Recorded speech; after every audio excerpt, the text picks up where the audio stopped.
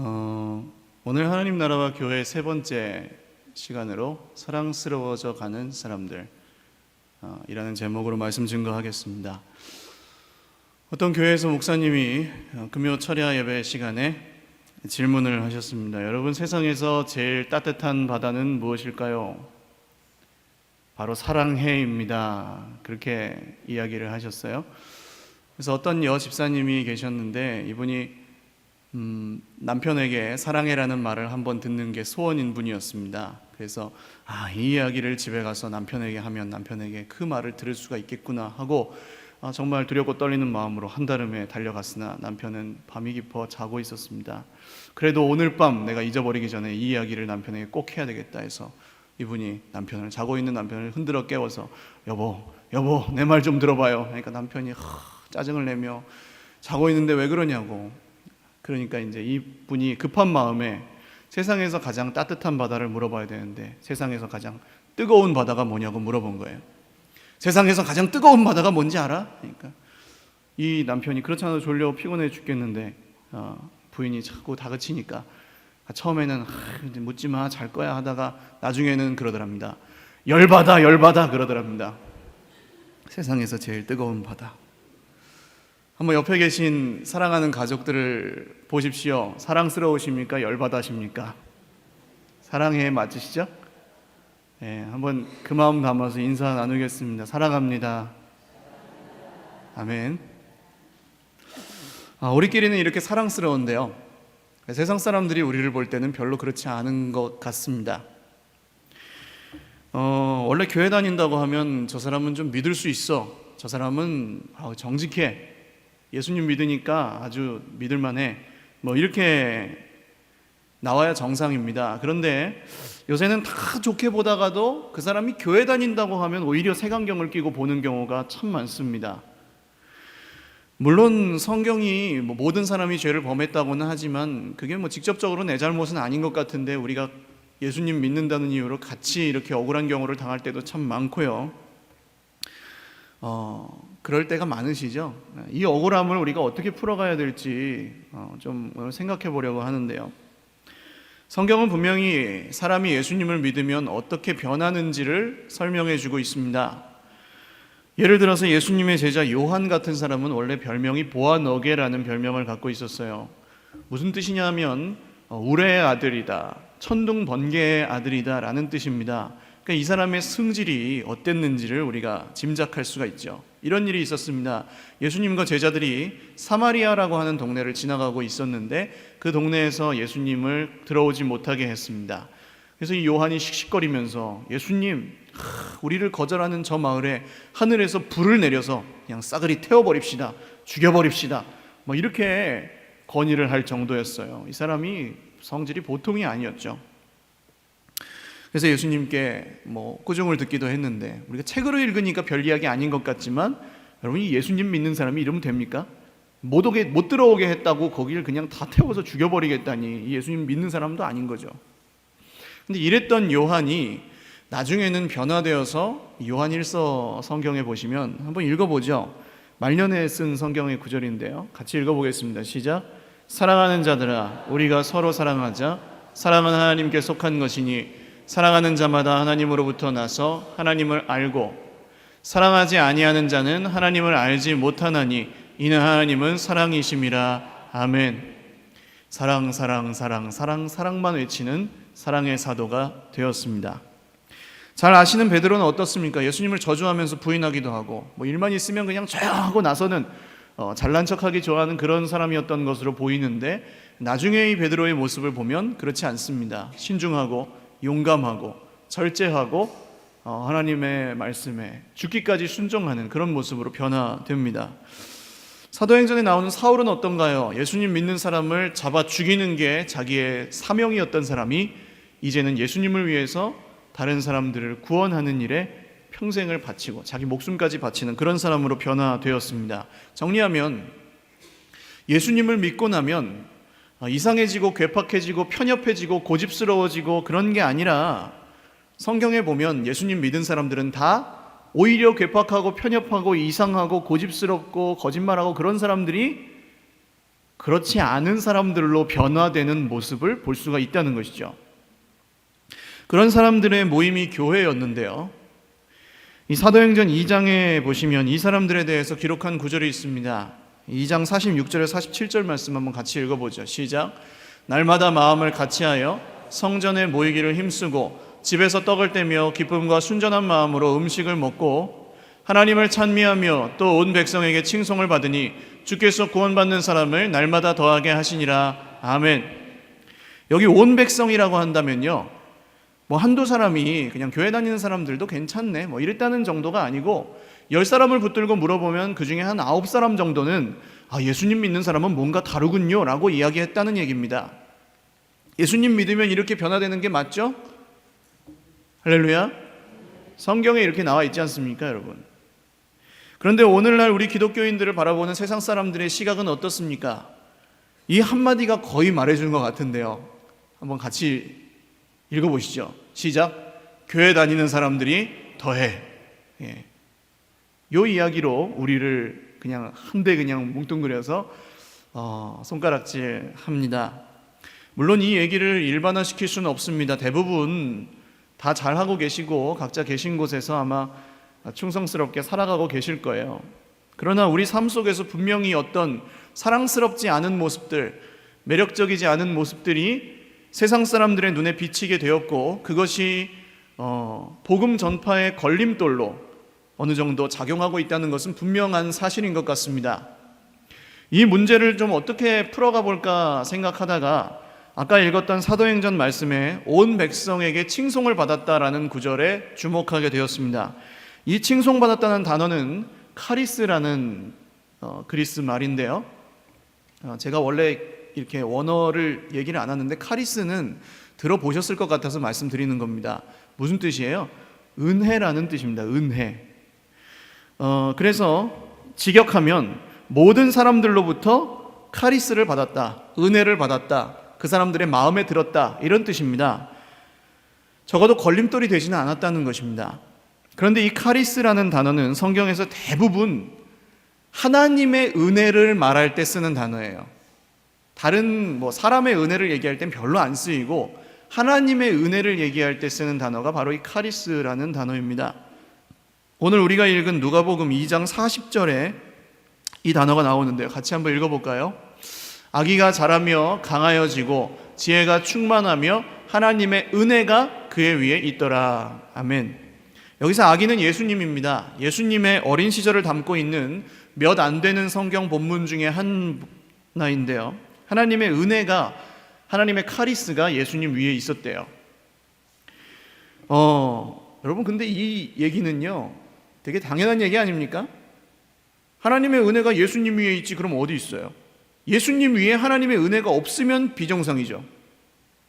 예수님 위에 하나님 은혜가 있는 걸 누가 몰라서 여기다 써놨겠습니까? 이렇게 뻔한 이야기, 당연한 이야기를 써놓은 이유가 있습니다. 여러분, 예수님을 믿는 사람은 하나님의 은혜가 그 위에 있는 건 맞습니까? 할렐루야. 여러분, 예수님을 믿는 사람의 위에 하나님의 은혜가 있는 게 맞아요? 그럼 우리는 예수님을 다 믿습니다. 여러분, 우리 위에 하나님의 은혜가 있습니까? 제가 또 이 아멘을 강요하고 있는데요. 있죠?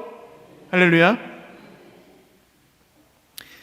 있다면 그 하나님의 은혜는 무엇입니까? 도대체 뭘 하나님의 은혜라고 부를까요? 하나님의 은혜가 뭡니까? 우리 위에 있는 그 하나님의 은혜가 뭐예요? 그냥 이렇게 막 기도하거나 찬양을 하면 뭐가 하나가 위에 확 임해가지고 그분이 오시는 그런 게 하나님의 은혜입니까? 하나님의 은혜가 진짜로 하나님의 은혜라면 여러분, 세상 사람들이 우리를 볼 때 그게 드러날까요? 안 드러날까요? 진짜 하나님의 은혜라면 그걸 우리가 감출 수가 있겠습니까? 아까 예수님은 나의 빛, 비치게 할 거야. 너희는 세상의 빛이라. 산 위에 있는 동네가 그 빛을 숨기지 못. 어둠이 숨기지 못하는 빛이 예수님 아니에요? 하나님의 은혜 아니겠습니까? 드러나야 정상인 거죠. 이게 지금 당연한 말씀을 드리고 있는데 이상하게 들리는 이유가 뭘까요? 우리가 하나님의 은혜에 대해서 깊이 그게 무엇인지 묵상하고 또 고민하고 생각하지 않는 경향이 있다는 것입니다. 그냥 구원받았으니까 뭐 은혜가 있겠지. 당연히 은혜로 구원받았으니까. 뭐 별탈 없이 살고 별 문제 없이 살면 그게 은혜 아닐까? 뭐 아프지 않고 사고 안 나고 사기 안 당하고 그러면 그게 하나님의 은혜지. 물론 은혜죠. 그러나 여러분, 하나님의 은혜를 100% 설명하는 말은 아닙니다. 왜냐하면요, 그런 은혜는 세상 사람들에게도 다 있어요. 세상에서. 그죠? 주님 오시는 날까지 지켜주시는 은혜가 있잖아요. 세상 사람들에게도. 사고 안 나고 병 안 나게. 그렇다고 사고 나고 병 난다고 하나님의 은혜가 없는 것이냐? 그렇지 않지 않습니까? 그냥 특별히 나만 사랑해서 이렇게 뭐 별일 없게 지켜주시는 게 하나님의 은혜의 전부가 아니라는 것이죠. 그러면 은혜가 무엇입니까? 그 얘기를 오늘 드리려고 하는데, 오늘 본문 52절을 보시면 같이 한번 읽을까요? 시작. 예수는 지혜와 키가 자라가며 하나님과 사람에게 더욱 사랑스러워 가시더라. 아멘. 여기서 사랑스러워 가시더라 할 때 이 단어도 카리스입니다. 아까 사도행전 2장에서 쓰였던 용법과 똑같은 용법으로 쓰인 구절이거든요. 영어로는 in favor with입니다. 누구누구의 마음에 들다라는 뜻이에요. 그런데 이 구절을 좀 더 자세히 보면, 문법 시간이 아니니까 제가 다 설명은 못 드리겠습니다만 직역을 하면 이렇게 쓸 수가 있습니다. 예수님은 자랐다. 글씨가 좀 작죠. 예수님은 자랐다. 지혜와 나이와 카리스가 자랐다. 하나님과 사람들 앞에서 자랐다. 이렇게 쓰여져 있어요. 원래 성경을 보면. 근데 이제 우리가 한글 성경만 보면 이 지혜와 나이와 은혜가 같이 자랐다는 것보다는 예수님은 지혜와 키가 자라서 하나님과 사람들에게 사랑스러워졌다. 이런 원인과 결과로 보이는 구절입니다. 근데 이제 아까 보신 것처럼 이제 원래 문장을 보면 그렇게 쓰여 있다는 건데요. 아까 40절에서 하나님의 은혜가, 카리스가 예수님의 위에 있었다 그랬습니다. 그리고 그 카리스가 말하자면 자라났다는 거예요. 은혜가 어떻게 자랍니까? 은혜가 더 깊어질 수 있죠. 은혜가 더 풍성해질 수 있죠. 은혜가 더 커질 수 있죠. 은혜는 똑같아요. 하나님의 은혜는 똑같지만 우리가 경험하는 것이 점점 더 풍성해질 수 있다는 얘기입니다. 그것이 이제 예수님에게 일어났던 일이고, 그러니까 예수님이 말하자면 그 은혜가 더 깊어져 갔더라, 더 풍성해져 갔더라, 이렇게 해석해도 과언이 아니라는 것입니다. 그리고 그 풍성한 카리스, 이 은혜가 예수님의 밖으로 넘쳐나다 보니까 사람들이 그것을 알고 사람들도 예수님에게 카리스, 마음에 들어하고 사랑스러워하고 매력을 느끼고 그랬다는 이야기죠. 이렇게 보면 아까 사도행전 말씀에서 칭송을 받았다는 얘기와 좀 통하는 면이 있습니다. 성령을 받으면 사람이 하나님의 은혜가 그 속에 있고, 그리고 그 은혜가 밖으로 드러나게 되고 사람들도 그걸 알고 이제는 사람들에게, 우리 믿는 사람들에게 칭송을 했다, 뭐 이런 식으로 접근이 되는 것이죠.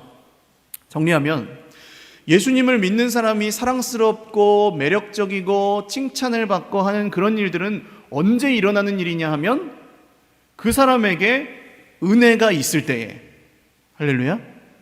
그리고 그 사람에게 있는 은혜가 더 깊어져 가고 더 풍성해져 갈 때 그 사람이 바로 사랑스럽고 매력적이고 그런 사람이 된다는 겁니다. 즉 사랑스러워 가는 것은 은혜가 더하는 것이다 라고 표현해도 과언이 아닙니다. 아니, 은혜는 하나님이 주시는 건데 우리가 노력한다고 뭐 받습니까? 물론 여러분, 노력해서 대가를 지불하고 받는 게 은혜가 아닙니다. 그러면 사는 거죠. 은혜가 아니죠.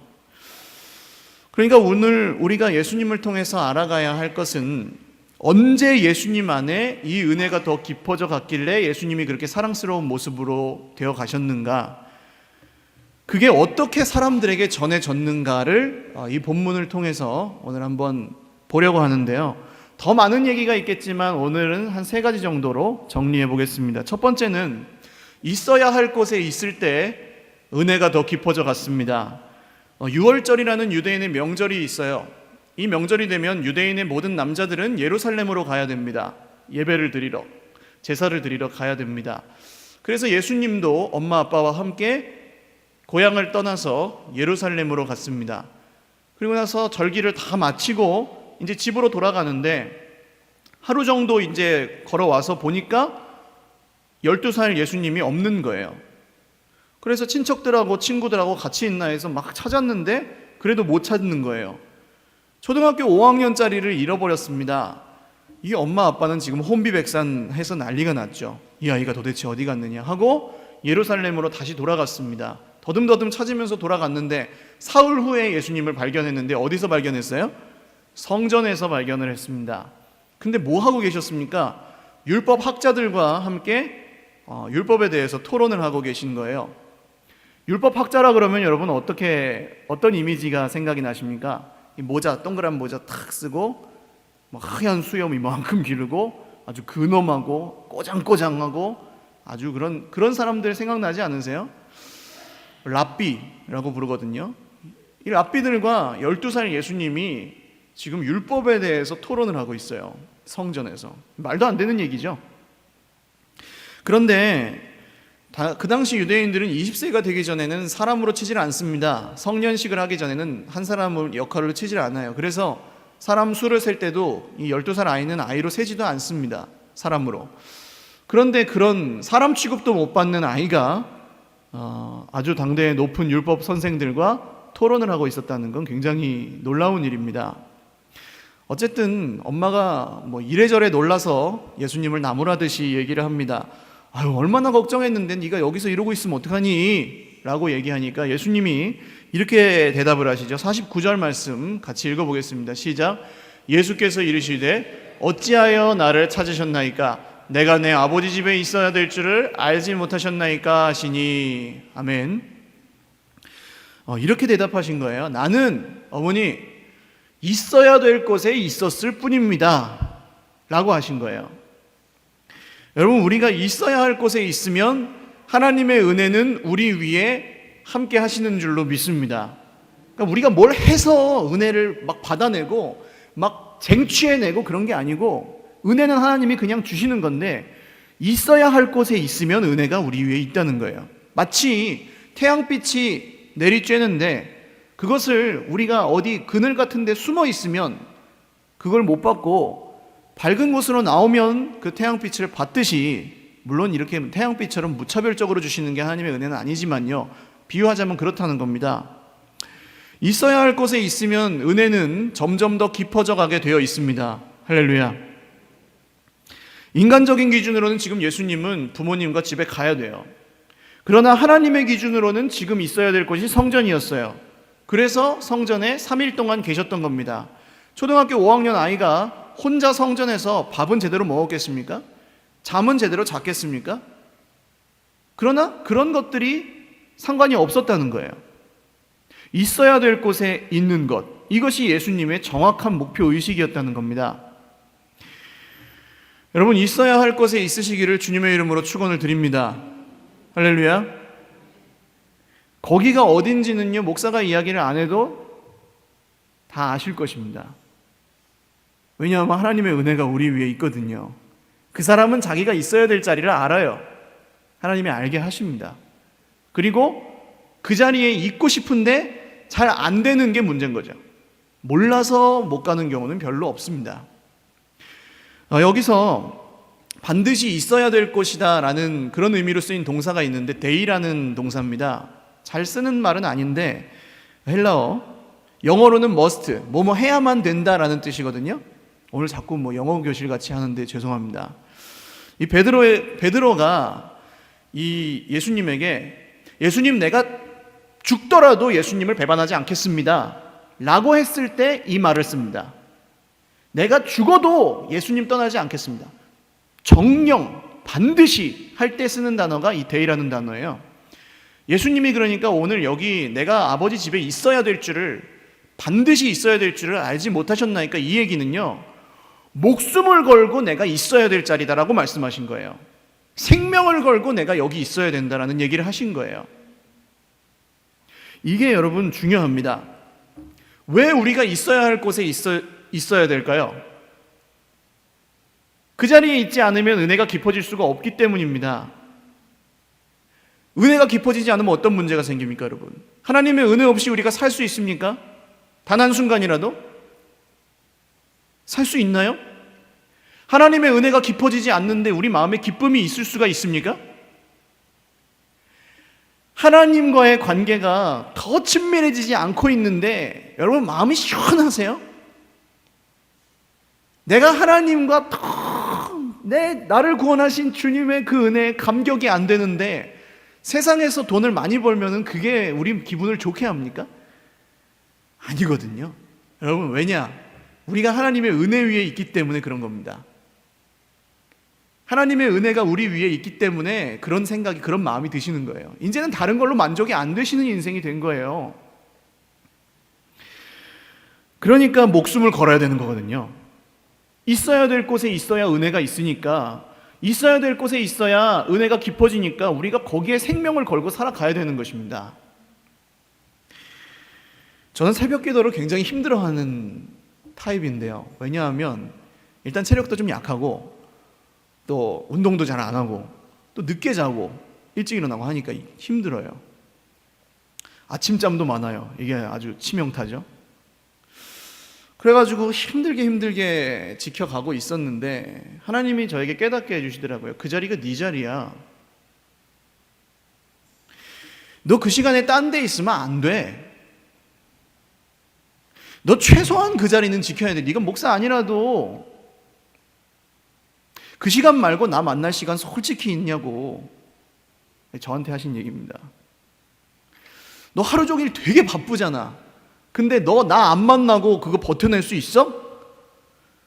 뭐 이런 음성을 들었다는 건 아니지만 이렇게 물으시는 것 같더라고요. 살 수가 없더라고요, 여러분.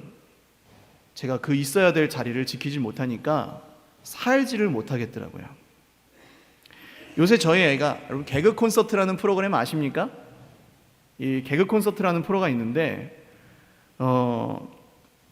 애들 앞에서 냉수도 못 먹는다고 저희 애가 4살인데 그걸 따라해요. 한두 번, 뭐 많이 본 것도 아니야. 한 석 달에 한 번 정도 본 것 같은데 그거를 보더니 애가 따라하는 거예요. 1층에 올라가 보십시오. 1층에서 뛰는 것 같은데요. 예.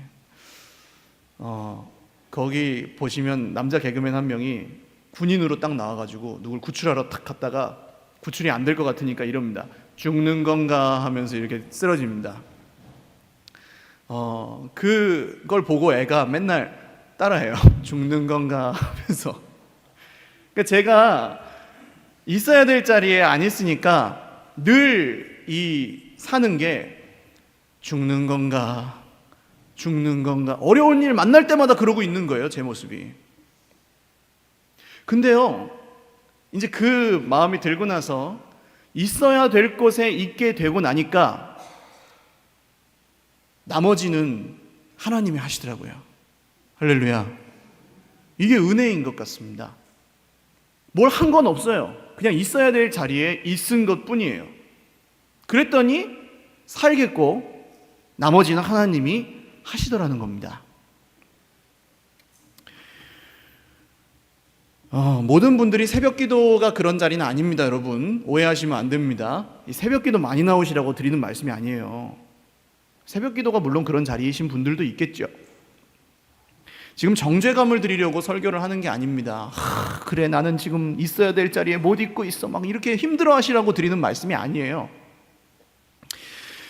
죄책감 가지지 마시고 그냥 있어야 될 자리를 어디라고 아시겠으면 그 자리를 지키십시오. 할렐루야.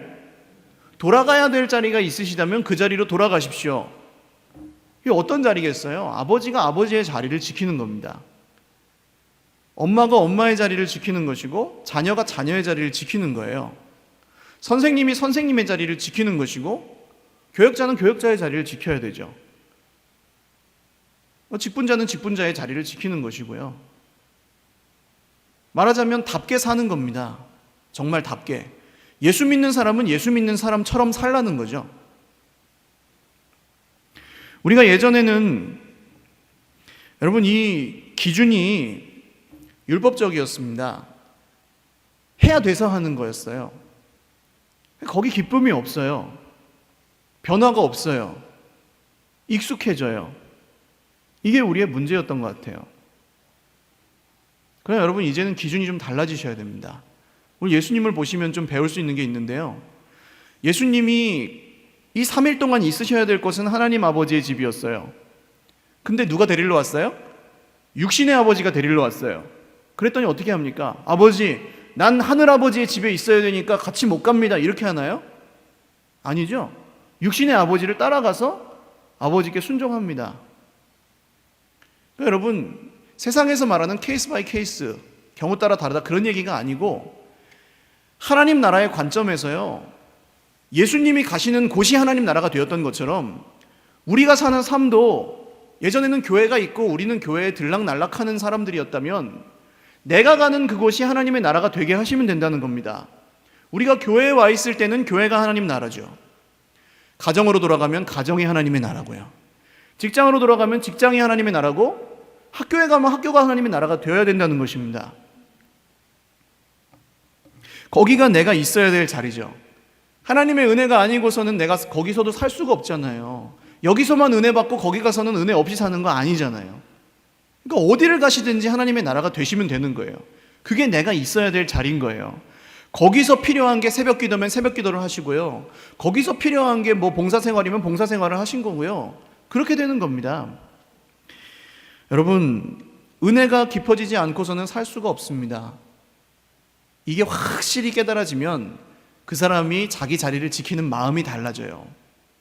전쟁은요, 지휘관이 하는 게 아닙니다. 그 자리를, 적은 누가 잡아요? 그 자기 구역을 잘 지키는 병사가 잡아요. 저와 여러분처럼 한 명 한 명 볼 때는 아무것도 아니지만 그 사람이 자기가 있어야 될 자리를 잘 지키면요, 그 싸움을 이기는 겁니다. 두 번째로, 순종하여 받들 때 그 은혜가 깊어져 갔습니다. 51절 말씀을 읽죠. 시작.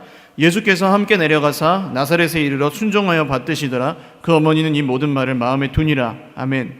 이것이 예수님이 삶으로 보여주신 하나님의 나라입니다. 저는 그렇게 생각해요. 하나님이 지혜가 없으셔가지고 그렇게 촌구석 목수의 아들로 태어나셨을까요? 예수님이 헤롯 왕가에 태어나가지고 아예 법으로 제정해서 내가 메시아니까 난 믿어라 하고 법을 만들면 훨씬 많은 사람이 믿지 않았겠습니까? 여러분, 베드로나 마태나 뭐 삭개오 이런 사람들, 별 볼 일 없는 이런 사람들 택하지 말고 아리마대 요셉이나 니고데모나 이런 사람들을 더 가까이 데리고 다녔으면 좋지 않았을까요? 부자 청년, 그런 사람들을 그냥 하나 탁 데리고 오면은 전도 엄청 잘 되지 않았을까요? 근데 예수님 왜 그렇게 하셨을까요? 뭐가 부족한 게 있어가지고 육신의 부모님 밑에서 뭐 콩고물이라도 떨어지는 거 얻어먹으려고 육신의 부모님께 순종하고 받들었을까요, 예수님이? 그러니까 옛날에는요, 이런 본문은 설교도 잘 안 했습니다. 어디 완벽하신 예수님이 육신의 부모에게 순종할 수 있느냐 이러면서요. 여러분, 이건 하나님의 은혜가 어떤 것인지 예수님이 지금 삶으로 보여주시고 계시는 겁니다. 은혜가 있다는 것은 신념이 투철하다는 얘기랑은 전혀 다른 얘기예요. 신념은 자기가 원하는 거, 자기가 생각하는 걸 뭐 고집하는 그런 마음이 신념이죠. 근데 은혜가 있다는 건 그 얘기가 아니죠. 보통 여러분, 은혜 받은 사람이라고 하면 이미지가 어떻습니까? 뜨거워요? 차가워요? 뜨겁죠? 은혜 받은 사람은? 또 은혜 받은 사람 이미지 어떻습니까? 고집스러워요? 아주 부드러워요?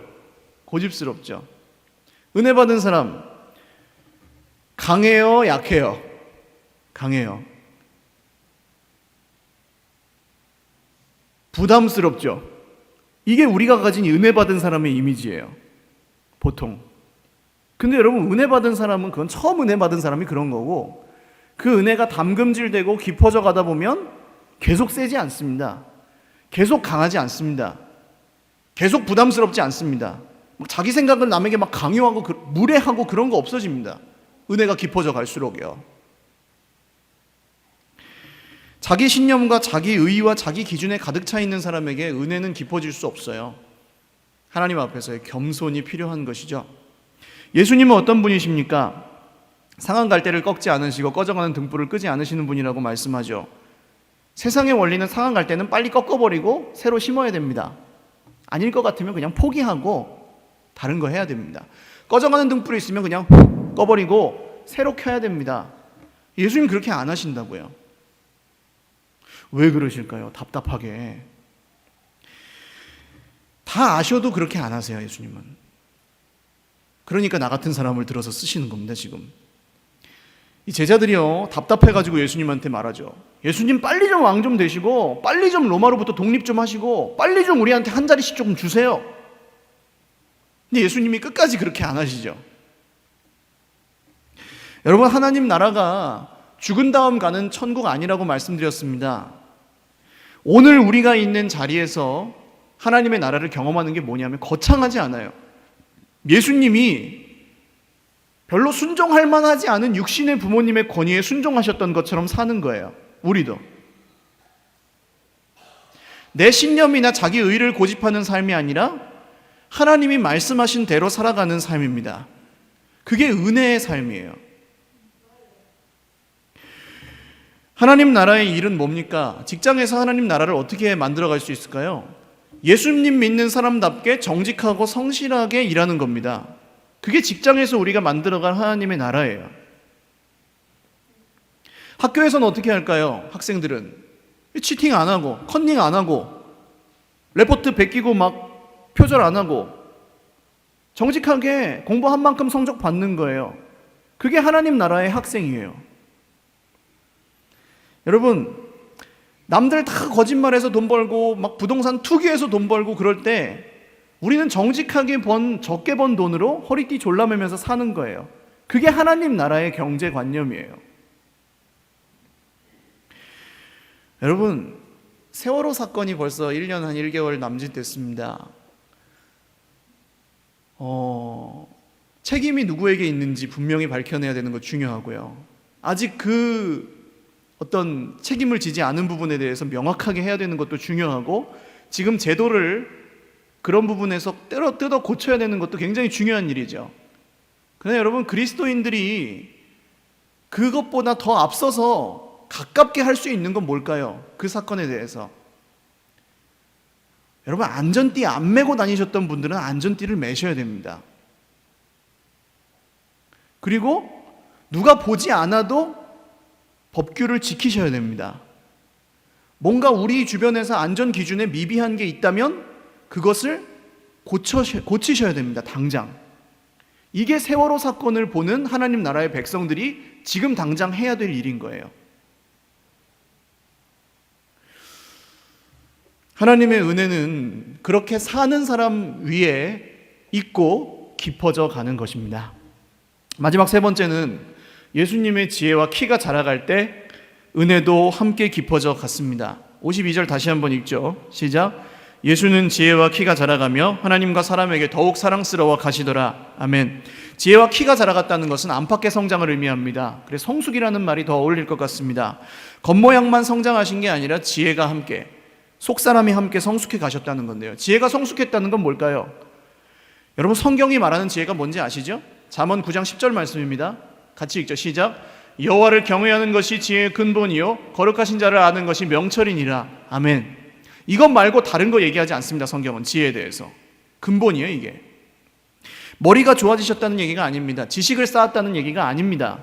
되게 잘 아는데 여러분, 삶은 그렇게 못 사는 사람 보셨죠?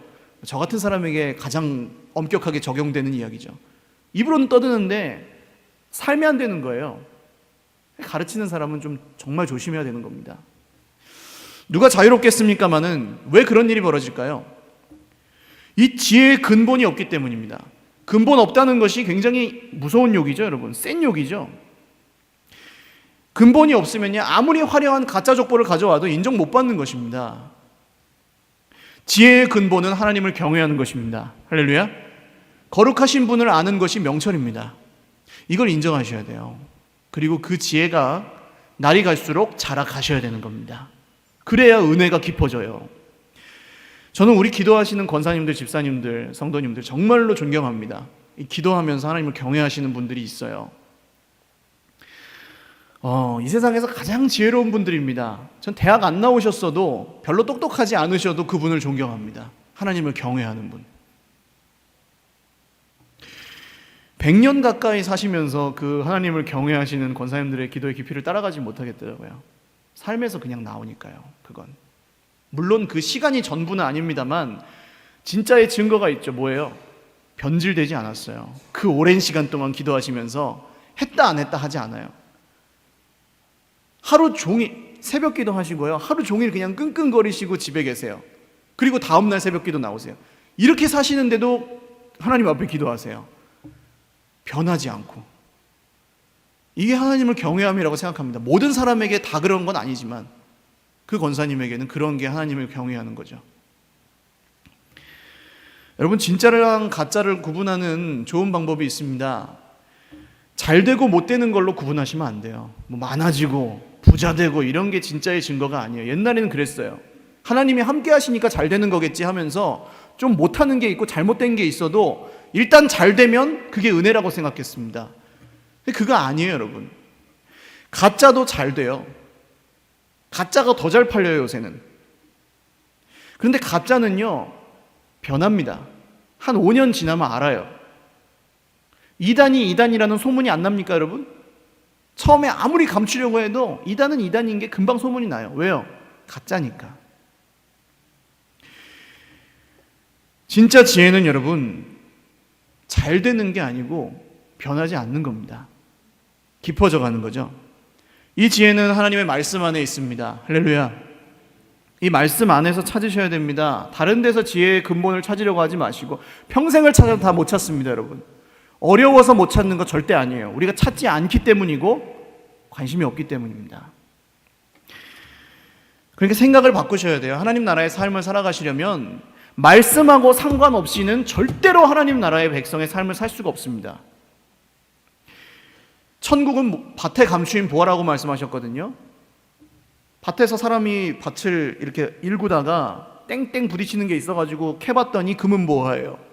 옛날에 어디 마늘밭에서 지폐다발이 나왔다는 뉴스가 있었는데 그런 거예요.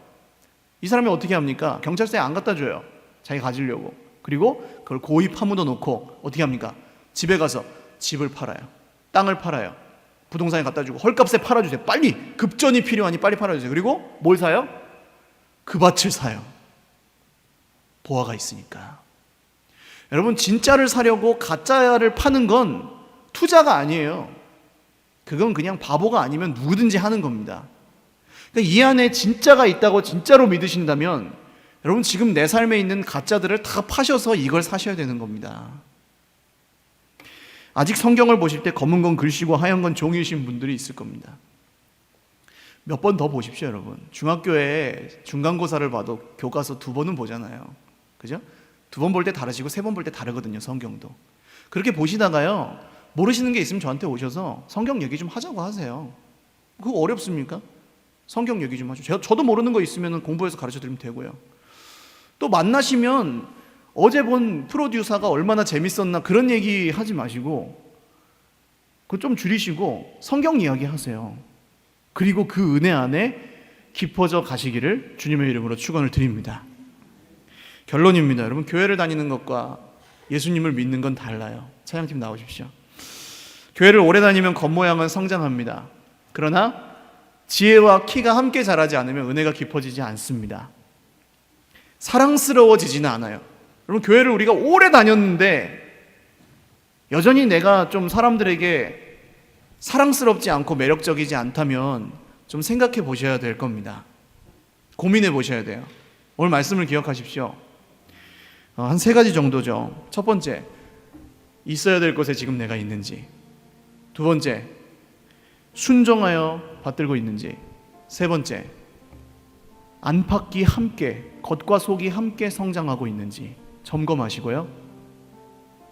이 3가지 고민들을 통해서 하나님과 모든 사람들에게 점점 더 사랑스러워져 가시는 저와 여러분이 되시기를 바랍니다. 우리 찬양하고 같이 기도할 텐데요. 나 주님의 기쁨 되기 원하네. 함께 찬양 드리겠습니다.